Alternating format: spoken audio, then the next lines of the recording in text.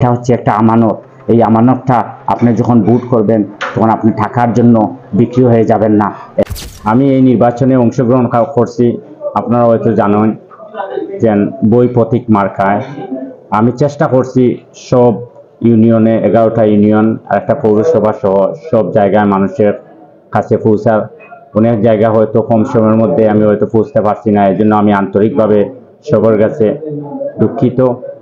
আর আমি যখন অতীতে যেরকম মানুষের পাশে ছিলাম, যেমন বন্যাকালীন সময়ে, করোনাকালীন সময়ে, এই ঝড় বৃষ্টিতে, যখন শিলাবৃষ্টিতে যখন মানুষের চালে ছিদ্র হয়েছিল, তখনও আমি মানুষের পাশে ছিলাম।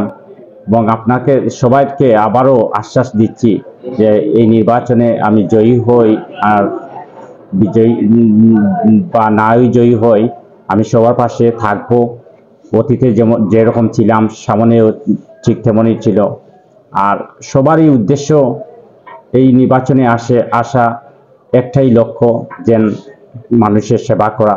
আমি মানুষের সেবা করছি, আপনারা দেখছেন, কিন্তু আমার একটু ভিন্ন ধরনের সেবা করা, যেটা হচ্ছে সেবা তো অবশ্যই থাকবো, কিন্তু আমাদের যে উপজেলাটা আছে, এই উপজেলাটা কিভাবে আমাদের আরো বেশি করে স্বচ্ছতা এবং জবাবদিহিতা, এই জিনিসটা যদি আমরা একটু তুলিয়া ধরতাম পারি, আর এই জিনিসটা যদি আমরা আনতাম পারি, তো আমার মনে হয় আমাদের উপজেলাটা, যে আমাদের সরকার যেভাবে চেষ্টা করছে ডিজিটাল বাংলাদেশ, আমি মনে করি সেই লক্ষ্যেই যদি আমরা কাজ করি, তাহলে আমাদের উপজেলাটা আরো অগ্রসর হবে।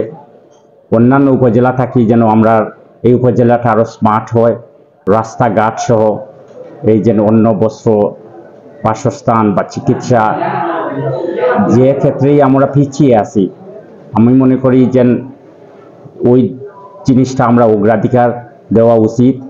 যে জিনিসটা আমরা পিছিয়ে আছি, যদি আমি যে বেতনটা পাবো বা সরকারের কাছ থেকে, সেই বেতনটাও যেন এই শিক্ষার ক্ষেত্রে বা মানুষের যে বাচ্চাগুলো স্কুলে যাচ্ছে না তাদের ক্ষেত্রে বই পুস্তক যেদিকেই প্রয়োজন, আমার মনে হয় ওই দিকে লাগানো উচিত।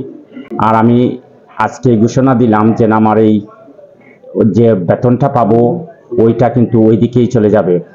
আপনাদের প্রিয় গোলাপগঞ্জ উপজেলাবাসী, আমি আবারও আপনার কাছে হাত জোর করিয়া ক্ষমা চাইয়ার, যেন আপনার দ্বারে দ্বারে খুঁজতাম পারছি না। আর প্রিয় গোলাপগঞ্জবাসীকে আবারও বলবো, আপনারা আপনাদের বুট যখন প্রয়োগ করবেন, আপনারা চিন্তা করে করবেন, যেন এটা হচ্ছে একটা আমানত।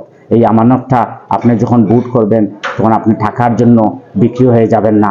এটা আমি আমার দেশবাসী তথা গোলাপগঞ্জবাসীর কাছে আমি বলতে চাই, যে আপনারা বুঝে শুনে আপনার বুটটি প্রয়োগ করুন। এবং আমার এই প্রতীকটা হচ্ছে বই প্রতীক, এটাও কিন্তু একটা শিক্ষা বিস্তারের জন্য সবচেয়ে যে গুরুত্বপূর্ণ যে ভূমিকা পালন করছে, বই কিন্তু একটি অন্যতম। সেই বইটা প্রতীক নিয়ে আমি এই নির্বাচনে খেলতেছি। আমি সৌভাগ্য যে আমি এই বই প্রতীকটি পেয়েছি। গত দুটি নির্বাচনে এই বই প্রতীক বিজয়ী হয়েছে। আমি বিশ্বাস করি এবারও এই বই প্রতীক নিয়ে আমি আকমল হোসেন বিজয়ী হয়ে গোলাপগঞ্জে আপনাদের সেবা করার সুযোগ পাবো।